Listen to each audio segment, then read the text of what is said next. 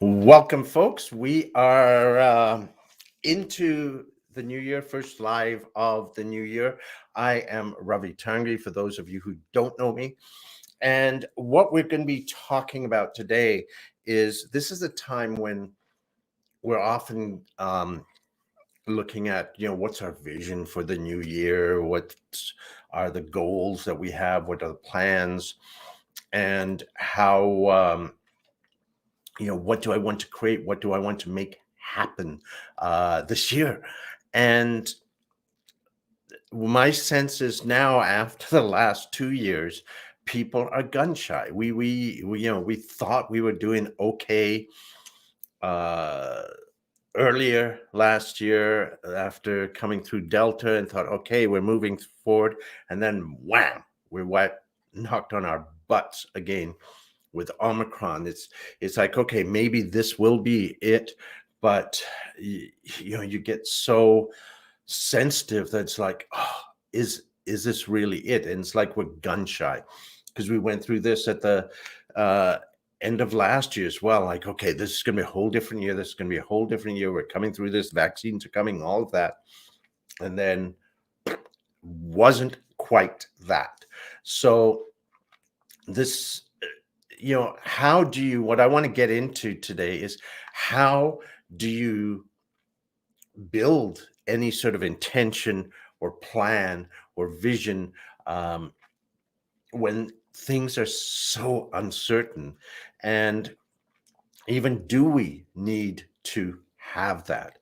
And so I'd love to get your comments and your thoughts in terms of, what you can put them into the comments, can bring them into the conversation in terms of how you found your reaction. I'm really curious.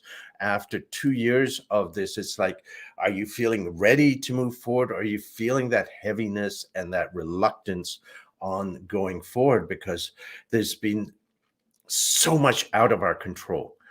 And that's what I want to get at today too. There's a secret to working with complex situations where you cannot control everything. There is leverage, and I want to highlight that for you. So just jot in the comments. I'd be really curious, those of you who are live, what um, your reaction is right now to the new year. Are you hesitant? Are you excited? Are you that sort of thing? And what's been your experience with the visioning, the goal setting? And for those of you who are coming into the recording, thank you so much. I will be checking the comments afterwards and responding to everything. So please feel free to add into this. So jot in the comments, if you can, what your sense is. What was it like last year? Where are you now in terms of moving forward? Are you feeling like you're ready to build a plan or not? And so on. I want to bring a couple of things out here. In the comments when I posted this live, it's really interesting. A lot of people talked about living in the moment and living in the now. Forget the plans. Let's live now. Great. That's really got to be part of the mix. However, what I have discovered is 90+% of people, without knowing it, unconsciously sabotage themselves from living in the moment. And I'm going to show you why that happens and how to get around it so that you can do more living.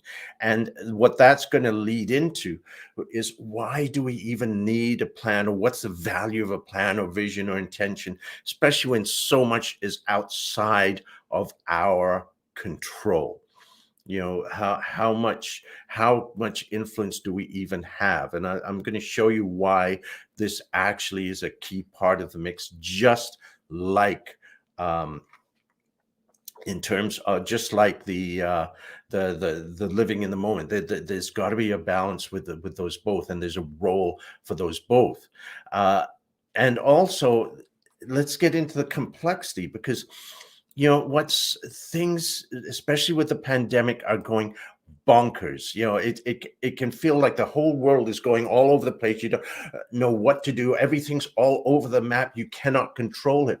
Where do you even start?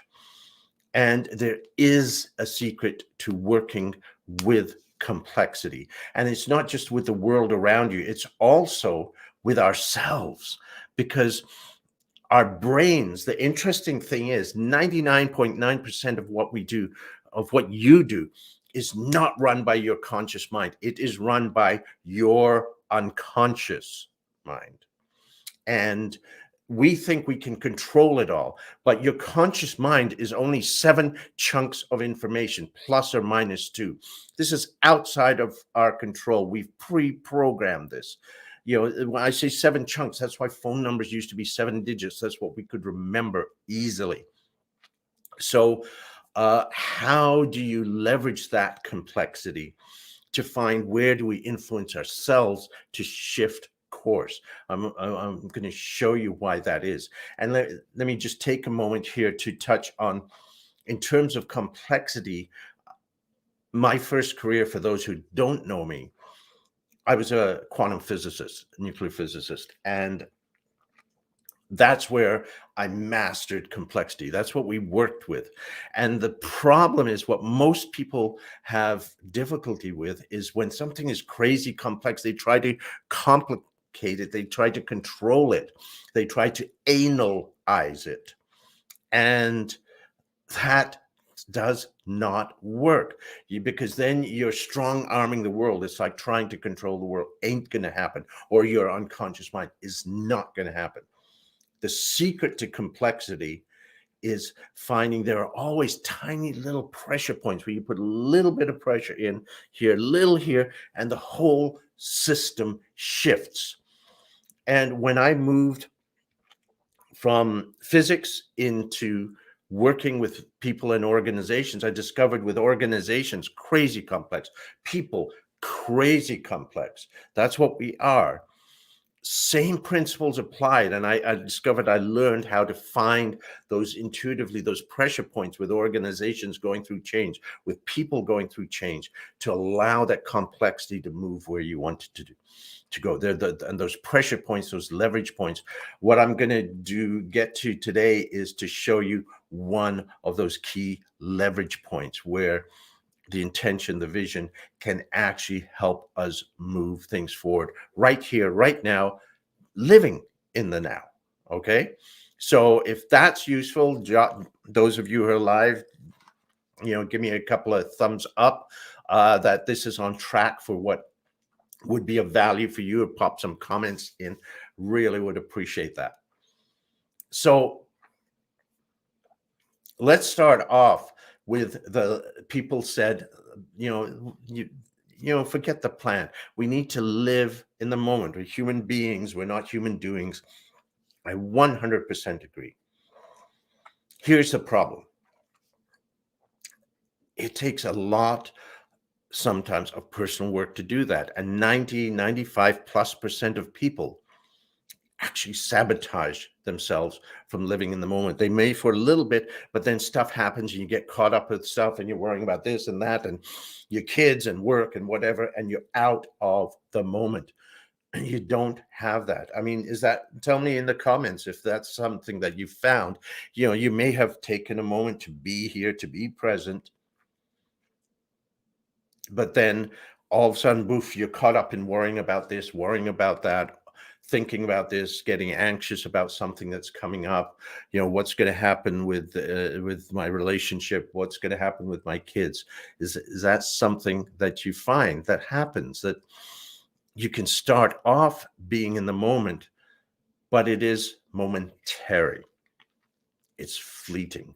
And what we need to do is make it longer lasting so that it becomes the way we are more so. And that's where the intention comes in. Now, let me show you why this is something that I find that we sabotage ourselves. I find there's 3 aspects to who we are. Make sure I'm on the screen here. There is our actions or our behaviors. There is our thoughts, and there is our feelings. And this is what I call the lens of life. Now, when something really good happens, something really wonderful happens, We are we have amazing feelings. We do stuff that makes us feel good. We have some great thoughts that happen. Now, the thing is, here's the challenge is, let me ask you honestly, if you look at a typical day, how much time do you spend in all the wonderful stuff that makes you feel great, and how much time do you spend in all the suck that doesn't? Think about, let's say you're coming to work and a driver cuts you off. Okay, what's the first thing you do when you get to work? You tell everybody about it, and you're reliving it in your mind's eye. The thing is, you're going through all those feelings. You're imagining the actions that you did, all the thoughts, all the stuff where you ticked off. Is the driver there? Is that doing anything to them? No, nada. But you are reliving it. And the other thing is, when you are stressing yourself like that, here's the kicker. You catalyze something like 1,400 chemical reactions, 30, 40 hormonal changes, a lot of which poison your system. Your brain doesn't know the difference between what you're imagining, what you're experiencing. So every time you're retelling that, you're repoisoning your body, and some of that keeps lasting on and on and on. Now, we have great times as well, and the opposite happens when we're in wonderful times. And when we're telling people about it, the thing is, it's a matter of us. How much time do we spend? If we go on vacation, oh my God, we're having all these wonderful, wonderful, wonderful times. Our lens of life is on that. What's great. Then we come back, we tell people about it for a week or so, and then we get caught up in the other stuff. And we're back into often this suck. Here's where we get in the way of living in the moment. Because if you were to look, if I look at this now, 3 dimensions, if there's a timeline going forward, okay? If we've got time going forward here, all right? Time, make sure that's readable. Going forward here. By living in the negative stuff, what that does is it goes forward in time and it recreates that, and it filters what we're looking for. So while our thoughts and our feelings and our actions, this lens of life, filters what's there, it's like we pre-filter it. So there's 2 ways of looking at this. If you want to go just the scientific part, we've got a thing in our brains called the reticular activation system. We have a million bits of information coming into us, but we're not consciously aware of them all. And what happens is that filters it for what's important. So think about, you're driving to work, you got the same commute, and then one day you decide, okay, I think I need to trade in my car. I need to get a new car. You're driving to work. Oh, there's a billboard for a new car that might be something you like. Guess what? That billboard has been there for months. You just never noticed it before because your reticular activation system filtered it out. It was not important. If you're focusing on the suck, you will start seeing more suck that gets sort of pre-sorted into new thoughts, feelings, and actions. And you wind up with more sort of amplified suck that moves forward, that filters the future. It's real tough to live in the moment when you are already filtering reality based on the past.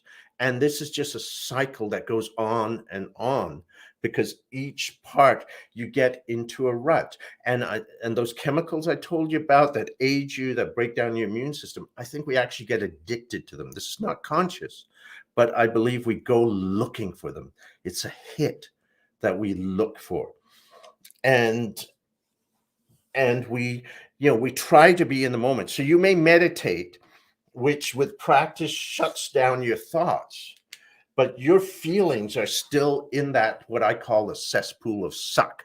You may still be doing different behaviors. If you were, for example, if you were in a bullying or abusive relationship, you may learn to avoid certain situations, not to speak up, not to do those things, so you don't take advantage of opportunities. You're still doing those things that are holding you back. This is great to silence your thought. That's a great first step. But I found the biggest thing is the feelings. How do we shift those feelings? Because that's what weighs us down in that cesspool of suck, so that we can just be present with whatever joy that we've got. And that's why it is so important to me. You can't just live in the moment if you're carrying forward that cesspool of suck. You've got to have something that's an option that's different. We have all these great times, but here's where you need to be brutally honest with yourself. How much do you spend in an average day on what brings you joy versus the what stresses you? And with the last 2 years, there's a lot of heaviness, there's a lot of stress that has built up for people that we need to be able to let go of and be able to see some alternative. So this is where it comes to why the value of a plan or vision or an intention. Now, we can't control all that stuff out there. Okay. But the thing is, what you can control is how you respond to it. I've worked with, in my coaching, my consulting, I've worked with CEOs who have a board that drives them wackadoodle. They cannot control the board's being influenced. But I have them build a personal vision of how they are responding to this stuff that's out of their control. I've worked with teams in the organizations where the top leadership don't know what they're doing. And it's crazy uncertain. In the public sector, every time there's an election, new government, we got to change it. There's no reason, but just because it's a new government, we've got to do it a different way, even if the old way was working.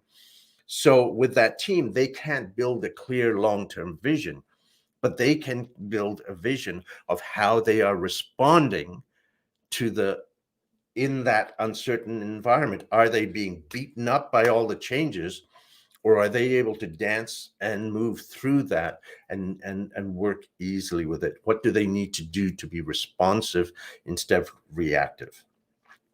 In the same way, with this uncertainty, what can you do? What can you control so that you are able to be more responsive, to be able to more focused on what's going on? Let me give you a test here, a test, okay? Let's try out a simple thing. What I would like you to do is look around you wherever you are, okay? Look around you and look at everything that you can see that's blue. Okay, what do you see that's blue? Pick out everything. It could be clothing, it could be curtains, it could be furniture, it could be the rug, whatever. Oh, sorry, red. Everything you can see that's red. I'm mixing them up. Give you one thing. Focus everything you can see that's red. Okay, now just close your eyes for a moment. Okay, close your eyes. No cheating. You too. Close your eyes. I see you. And while your eyes are closed, name 3 things that are blue. How easy was that? Put in the comments if you want to. How easy was it to find what was blue when you had been looking at all the red? Probably not as easy. You may have identified one thing or a couple, even if you were wearing blue. So in the same way, if we're focused on this negative, we have a tough time seeing what's working well. Yeah. Yeah. Not easy. You're saying only found one thing that was blue, right? It really doesn't, it's hard because we build a habit of seeing red. What this is about, and in its simplest, we've spent our lives building that habit of seeing red. This is about building a habit of seeing blue. That's what the vision, that's what the intention, that's what the plan gives you. But it's not just that. I'm going to show you a key leverage point that you add to it that actually makes it simpler. Okay. After this. So, does this make sense in terms of we need something that's going to pull us out of this cesspool of suck so that we can find that blue to and what we're going to get to is the feelings, to find a feeling that is going to get us that blue. Let's see if we can get it back into focus here. Hello. All right, so now what we're going to do with this is I'm going to get you I'm going to take you through a process that's going to give a little twist to the plan, to the vision, to the all of that we talked about. Um, what I'm going to give you one key resource here. There's a whole bunch of other things, but I want to give you one key resource. So, as I said earlier, when we are navigating complexity, the secret is not to try to control everything, but it is rather, let me see if we can come back to me. There we go. Hello. The secret is controlling the right things, not everything.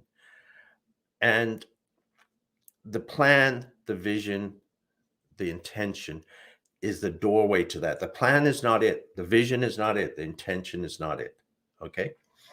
So that's the next step that I want to get into. The other thing I want to mention too, before we dive into that, just to let you guys know, I'm doing a workshop in a couple of weeks, an online workshop on the 16th and 23rd with Deborah Young. And we're going to bring a lot more of the Jedi mind tricks that I have that'll help with this in this. What this is about, we've all dealt with a lot of stuff the last 2 years. There's this stuff that's come up for a lot of people that have had to process. It's been traumatic for some people. I think some people have had PTSD. What this workshop is called is You Were Born for These Times. And what Deborah is going to talk about, there's a lot of work on generational stuff. Deborah is an astrologer. She's going to talk about, based on when we were born with generations, there's different traumas that we may bring into the world that we have to process and find the gift underneath. And then what I'm going to do is show you some of the ways to step out of that, to find the gift, and to be able to step away to build another future. So if you're interested in that, I will put the information in the comments. Hi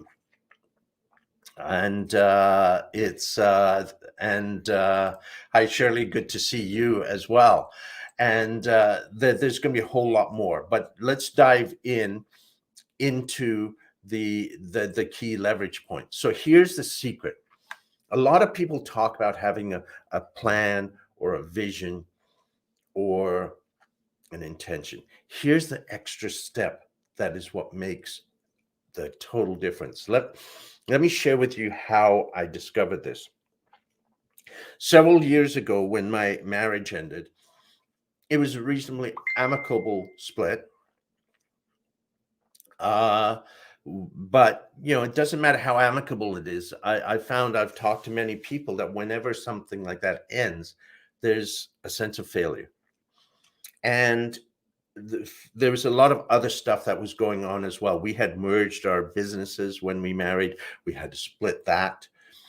There were challenges with what my son was going through and working through all of that. So I was feeling really heavy, really a lot of the weight of this.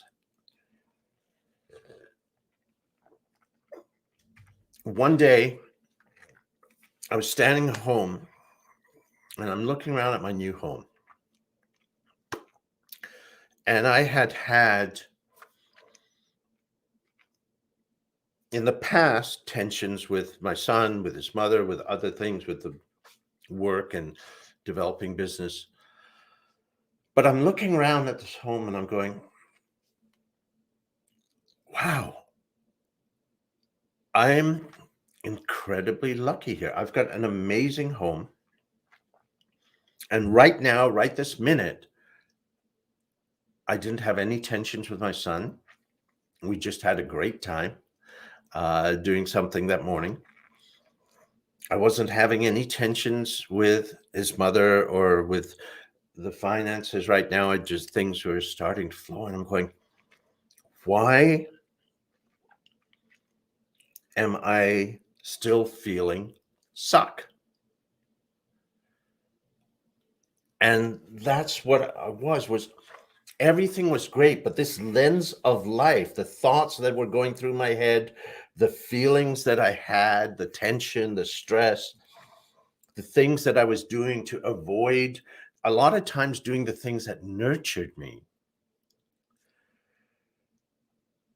kept me in that suck, even though at that moment things in my life were really, really good.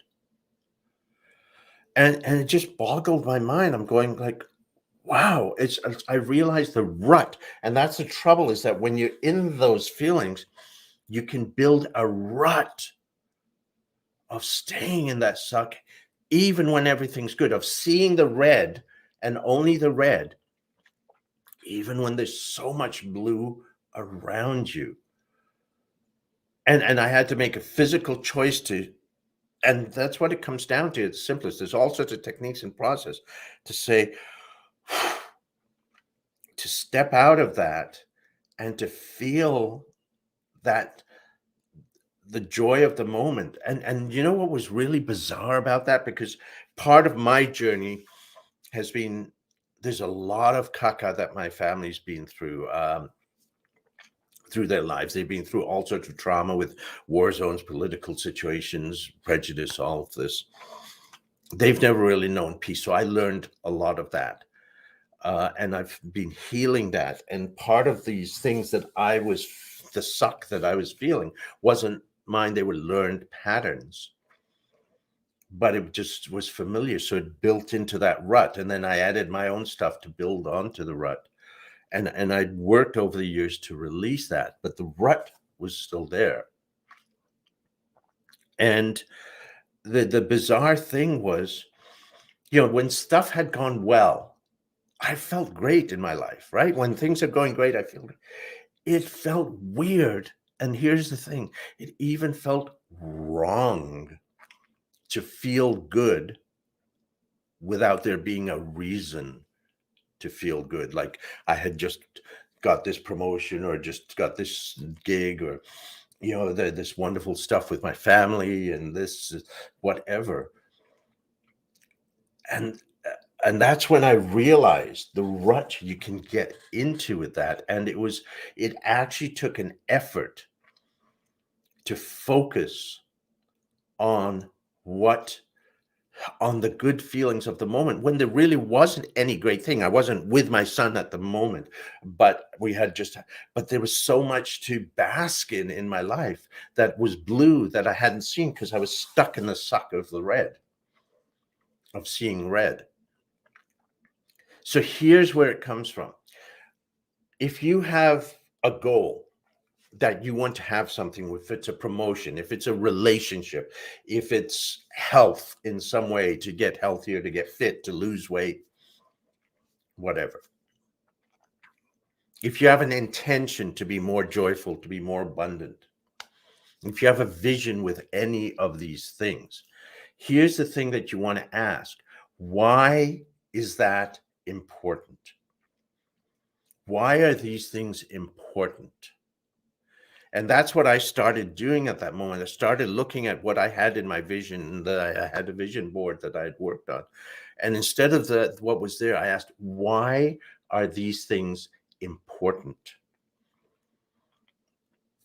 And if you keep asking that question, what you get to are feelings. And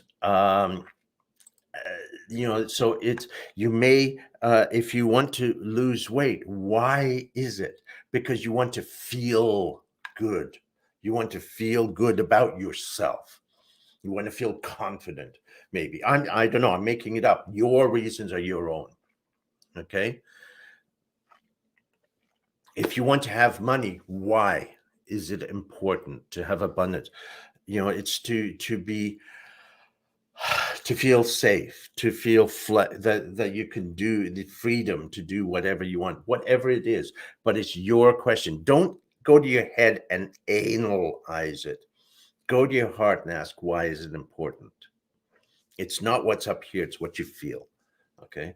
If it's about having a relationship in your life, why is that important? Okay. And to what is it that it wants to make you feel? That connection, that trust, that safety, that love, whatever it is. Write down those emotions, and you have the right emotions if it feels powerful. If it intellectually, yeah, that's right, that's not it. Okay.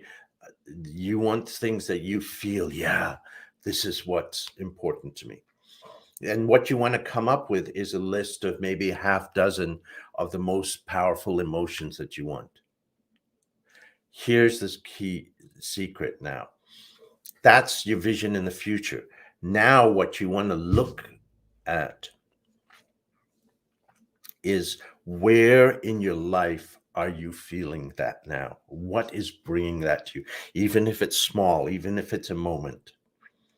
So at the time, I wasn't in a relationship, but some of the things that I might have gotten, the joy, the connection I could find with my son, with my family, with my stepsons, whoever was in my life, and I could find that feeling in those moments. If I wanted confidence, I could see those places there.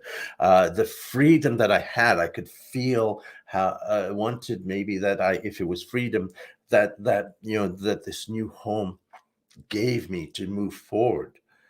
And I allowed myself to feel that. And in doing that, what you do is you start creating a whole new track. And it's almost like jumping the track out of that rut of the feelings and building a new track that you're moving forward on.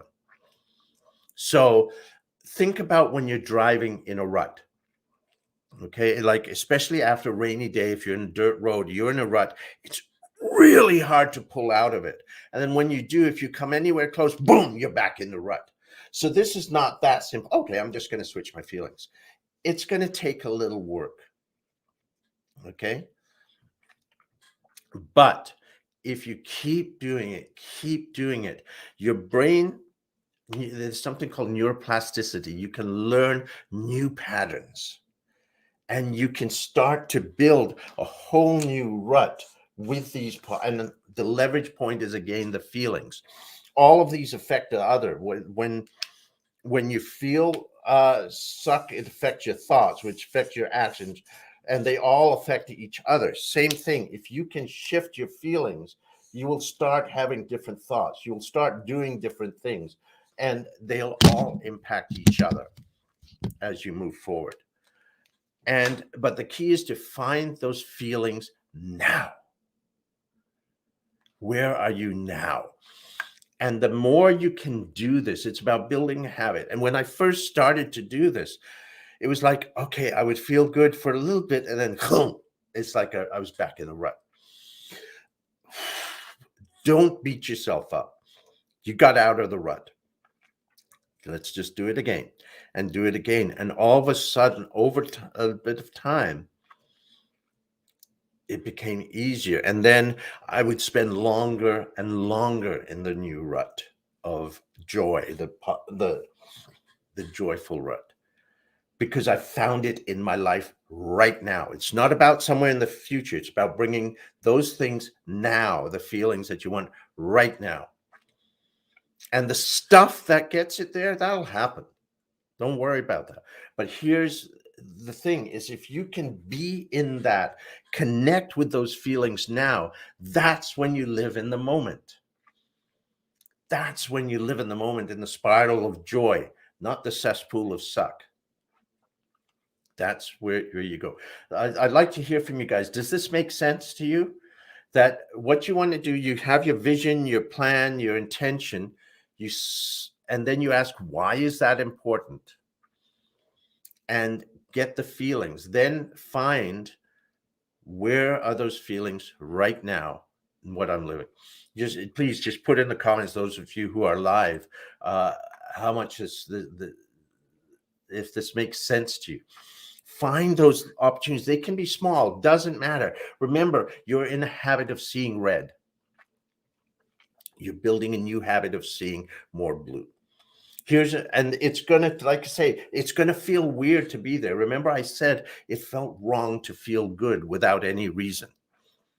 So here's a way to illustrate it. I'd like you to cross your arms. Okay. Now, cross them the other way. What happens? Now, some of you will have, a lot of you people will put their hands back the same way they were. How much, how easy is that? Second, how does it feel when you put them the other way? How does it feel when you cross your arms the other way? Does it feel normal? Does it feel good? Probably not, because it's not familiar. People talk about the comfort zone. It's usually not comfortable. It's just familiar. Okay.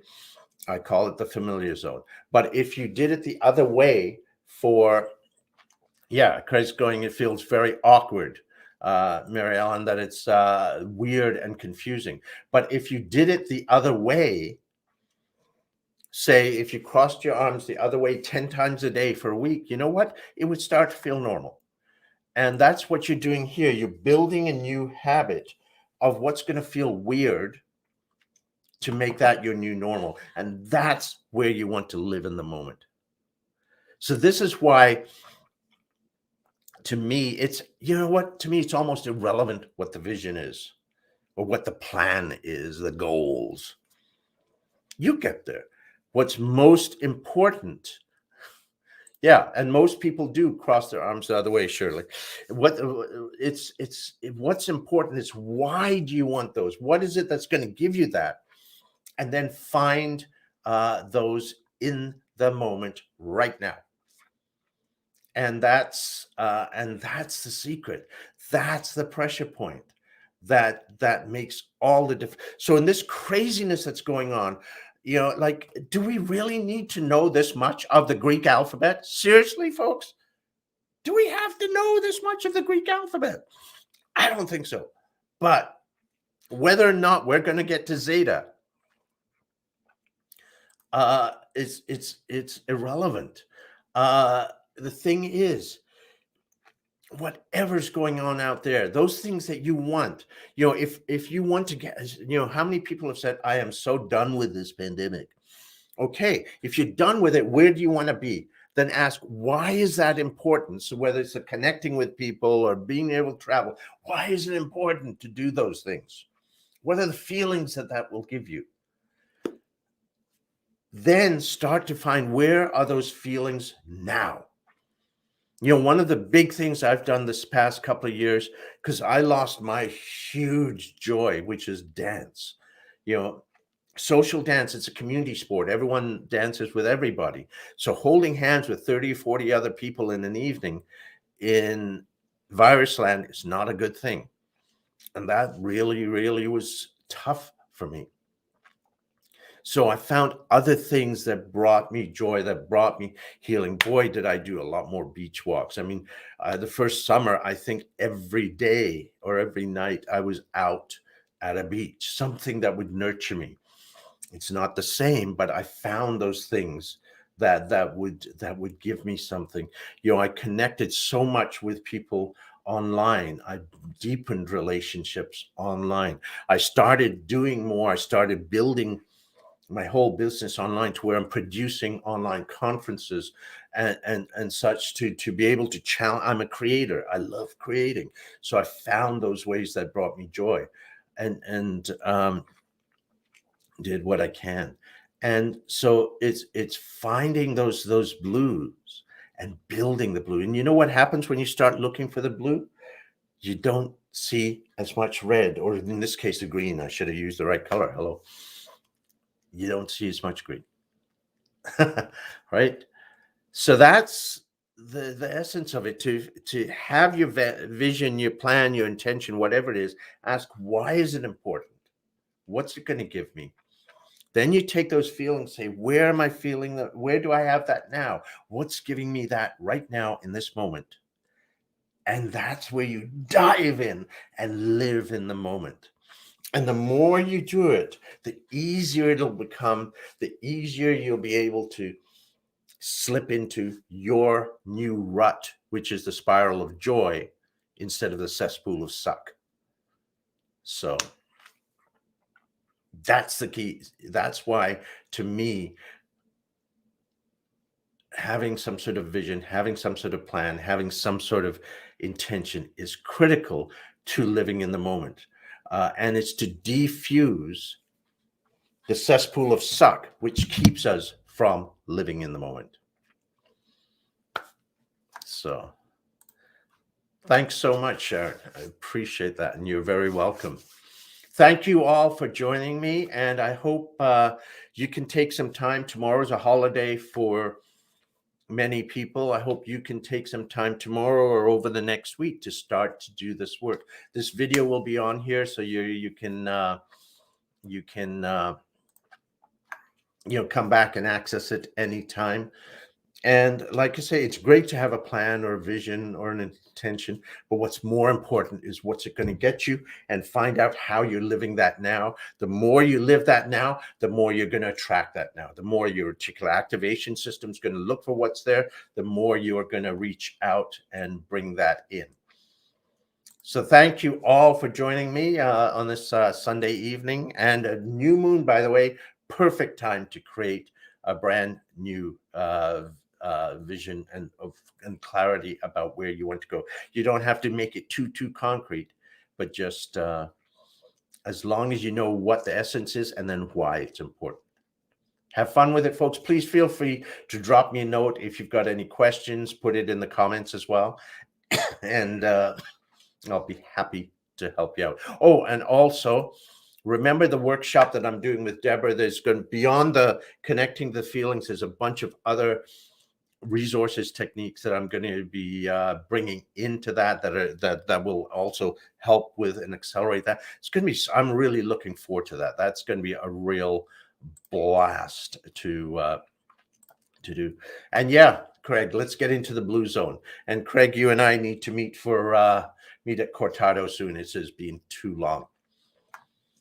We'll talk to you soon, folks. Have an amazing evening. Bye-bye.